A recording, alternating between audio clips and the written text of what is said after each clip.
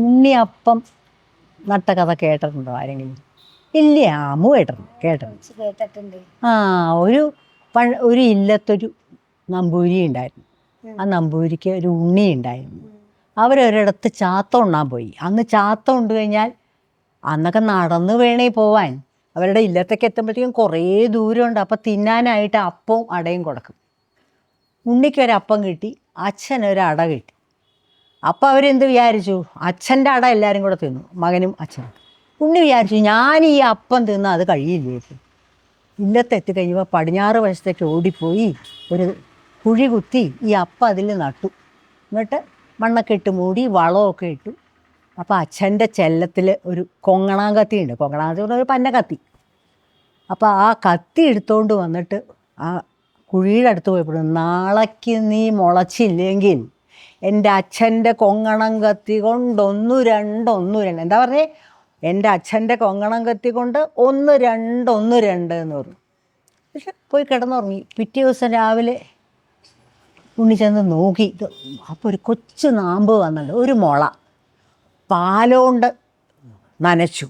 പിന്നെയും അതിനോട് ശുശ്രൂഷിക്കാവുന്നതിൻ്റെ അപ്പുറം ശുശ്രൂഷിച്ചു. എന്നിട്ട് അത് കഴിഞ്ഞിട്ട് രാത്രി കിടന്നുറങ്ങി. ഉറങ്ങാൻ പോകുമ്പോൾ പറഞ്ഞു, നാളെ നീ വലിയ ചെടിയായില്ലെങ്കിൽ എൻ്റെ അച്ഛൻ്റെ കൊങ്ങണം കത്തി കൊണ്ട് ഒന്ന് രണ്ട് എന്ന് പറഞ്ഞു. അപ്പോൾ പിറ്റേ ദിവസം രാവിലെ ചെന്ന് നോക്കിയപ്പോഴല്ലേ ഇത്ര പൊക്കായിക്കണു ചെടി. പറഞ്ഞാൽ കേൾക്കുന്നുണ്ടല്ലോ. അങ്ങനെയായി. പിറ്റേ ദിവസം പറഞ്ഞു, നാളത്തേക്ക് നീ അത് വലിയ മരം പോലെ ആയില്ലെങ്കിൽ എൻ്റെ അച്ഛൻ്റെ കൊങ്ങണം കത്തി കൊണ്ട് ഒന്ന് രണ്ട് എന്ന് പറഞ്ഞു. പിറ്റേ ദിവസം രാവിലെ നോക്കിയപ്പോൾ വലിയ മരമായിക്കണു. പിന്നെയും പാലം കൊണ്ട് നനച്ചു, വളം ഇട്ടു. പിന്നെ കിടക്കാൻ പോകാൻ മനസ്സില്ല ഉണ്ണിക്കേ, ഇത് കാണാനുള്ള. പിറ്റേ ദിവസം രാവിലെ നോക്കിയപ്പോൾ പോവാറായപ്പോൾ പറഞ്ഞു, ഒരു കാര്യമുണ്ട്, നാളത്തേക്ക് നീ പൂത്തില്ലെങ്കിൽ എന്തു ചെയ്യും? എൻ്റെ അച്ഛൻ്റെ കൊങ്ങണം കൊത്തി കൊണ്ട് ഒന്ന് രണ്ട് എന്ന്. രാവിലെ എണീറ്റ് നോക്കിയപ്പോണ്ട് നിറച്ച് പൂവിട്ട് നിൽക്കണു. അയ്യോ, ഉണ്ണിക്ക് സന്തോഷമായി. ഉണ്ണിക്ക് വേറെ ഒരു ചിന്തയില്ല. അപ്പോൾ ഈ മരം പിറ്റേ ദിവസം കിടക്കാൻ പോകുമ്പോൾ എന്ത് പറഞ്ഞു കാണും? നാളേക്ക് നീ കാച്ചില്ലെങ്കിൽ എൻ്റെ അച്ഛൻ്റെ കൊങ്ങണം കത്തി ഒന്ന് രണ്ട് എന്ന്. പിറ്റേ ദിവസം രാവിലെ ചെന്നപ്പോൾ കൊച്ചു അപ്പം ഉണ്ടായിക്കണു. പൂവൊക്കെ എന്താല്ലേ, നമുക്ക് എന്തൊരു രസം തോന്നും. അപ്പം ഉണ്ടായിരിക്കണു മരത്തും.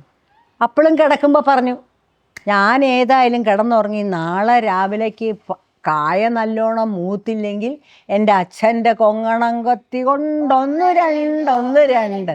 പിറ്റേ ദിവസം പോയി നോക്കേണ്ടി വന്നില്ല. ഇങ്ങനെ നെയ്യപ്പത്തിൻ്റെ വാസന വരിക. ഉണർന്നപ്പോൾ തന്നെ ചെന്ന് നോക്കിയപ്പോഴല്ലേ അടിമുടി അപ്പം. അതോ നെയ്യപ്പത്തിൻ്റെ വാസനയെ. എനിക്ക് സന്തോഷമായി. പല്ലും തേച്ചില്ല, ഒന്നുമില്ല. അതുമ്മേ കയറി അപ്പം തിന്നു. അപ്പുറത്തെയും കുട്ടികളൊക്കെ വന്നു. എല്ലാവർക്കും അപ്പം കൊടുത്തു. കിളികൾ മുഴുവൻ. എത്ര ദൂരത്തേക്കാണ് ഈ നെയ്യപ്പത്തിൻ്റെ വാസന വരിക? ഒന്നും ആലോചിച്ചു. നമ്മുടെ ഈ മുറ്റത്തൊരു അപ്പമരം ഉണ്ടായാൽ എന്താ കഥ അല്ലേ. തിന്ന് കൊടുത്ത് ഉണ്ണിക്ക് സന്തോഷം. ഉണ്ണി ഇങ്ങനെ അപ്പം തിന്ന് ഉരുണ്ട് തട്ടിച്ച് നെയ്യപ്പാണേ, നല്ല ഗുണ്ടുമണിയായി. അങ്ങനെ പോകുമ്പോൾ ഒരു കാട്ടാളത്തി അതുവഴി വരുന്നു. കാട്ടാളത്തി എന്ന് പറഞ്ഞാൽ കാട്ടാളത്തി വാസന പിടിച്ച് വന്നതാ. അപ്പത്തിൻ്റെ വാസനയല്ല, ഉണ്ണിയുടെ വാസന. അപ്പമൊന്നും വേണ്ട കാട്ടാളത്തിക്ക്, ഉണ്ണിയാണ് തിന്നേണ്ടത്. മനുഷ്യരെ തിന്നണതാണ് കാട്ടാളത്തി. ഭയങ്കര വലിയ തുറിച്ച കണ്ണും ദമിഷ്ട പല്ലും ഒക്കെ ആയിട്ട് വന്ന്. അപ്പോൾ ഉണ്ണി അപ്പമരത്തുമ്മേ ഇരിക്കുക. അപ്പോൾ നോക്കിയിട്ട് പറഞ്ഞു, ഉണ്ണി എനിക്കൊരപ്പം തരാമോ എന്ന് ചോദിച്ചപ്പോൾ എത്ര വേണമെങ്കിൽ കൊടുക്കാം. എറിഞ്ഞു കൊടുത്തു. അപ്പോൾ പറഞ്ഞു, അയ്യോ അത് തുപ്പക്കുഴിയിൽ പോയി, എനിക്ക് ഒരെണ്ണം കൂടെ തരാമോ? ഒരപ്പം ഇട്ട് കൊടുത്തു. അയ്യോ അത് അപ്പിക്കുഴിയിൽ പോയി, അയ്യോ പറ്റില്ല. പിന്നെ ഇട്ട് കൊടുത്തു. അപ്പോൾ അത് പറഞ്ഞു, അത് കാണാനില്ല, എന്തോ കൊണ്ടുപോകും. അപ്പോൾ ഉണ്ണി ബുദ്ധി പറഞ്ഞു, വേണ്ട നിലത്ത് ഇട്ടാൽ മണ്ണും ഒക്കെ ആവില്ലേ. നല്ല അന്നൊക്കെ എല്ലാ ഉണ്ണിമാർക്കൊക്കെ കുടുമയുണ്ട്, നിറച്ച് തലമുടിയുണ്ട്.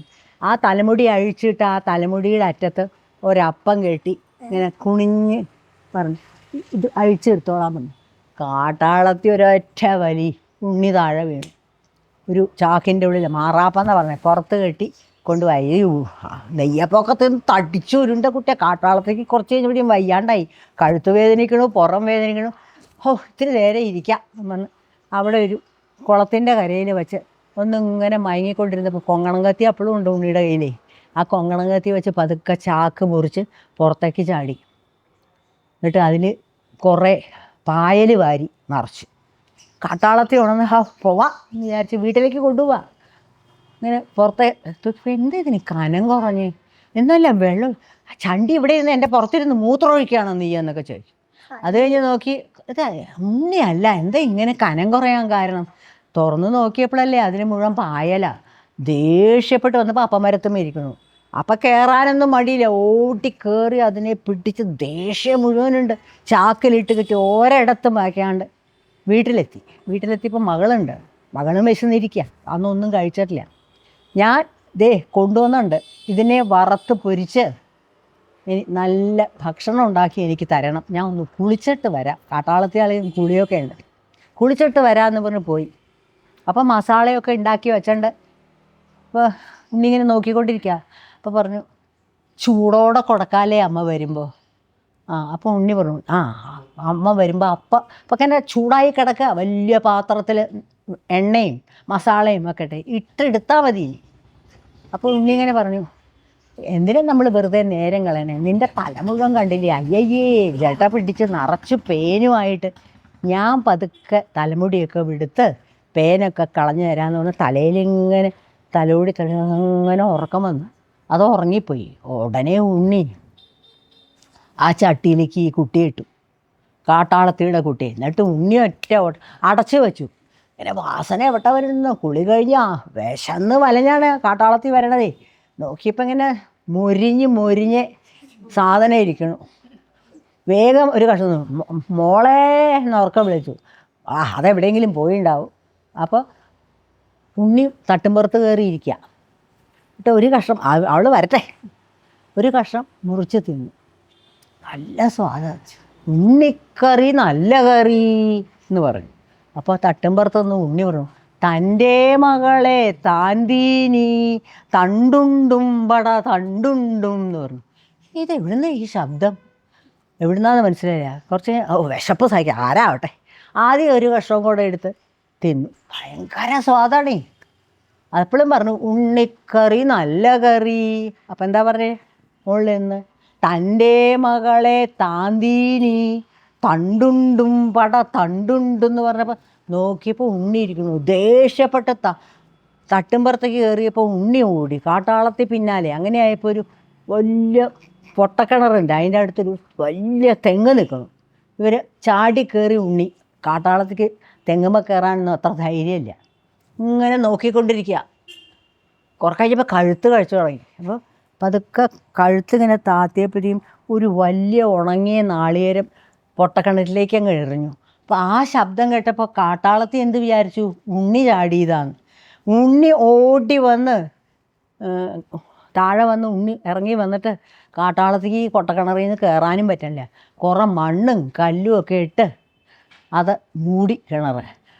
തിരിച്ച് ആദ്യം അപ്പം മരത്തിലിരുന്ന് നാട്ടുകാർക്ക് മുഴുവൻ അപ്പം കൊടുത്തുകൊണ്ട് ഇങ്ങനെ നമുക്ക് ചെന്നാൽ നമുക്കൊന്ന് കിട്ടിയേനെ. എവിടെയാ മരം എന്ന് നമുക്ക് അറിയില്ല, ഉണ്ടെങ്കിൽ നമുക്കൊക്കെ പോവായിരുന്നു അല്ലേ. എന്ത് രസമാണ്, പറിച്ച് തിന്നാ അങ്ങനെ ഒരു കഥ. ഇപ്പം പക്ഷെ ആർക്കും ഇതൊന്നും വേണ്ട. കാഡ്ബറീസ് ചോക്ലേറ്റ് ആണെങ്കിൽ പിന്നെയും പോയേനെ അല്ലേ, നെയ്യപ്പം ഒന്നും ആർക്കും വേണ്ട അല്ലേ. അങ്ങനെയാണ് ഉണ്ണിയുടെ അപ്പം ചൂട്ട കഥ. ഇതൊക്കെ പഴയ കഥ.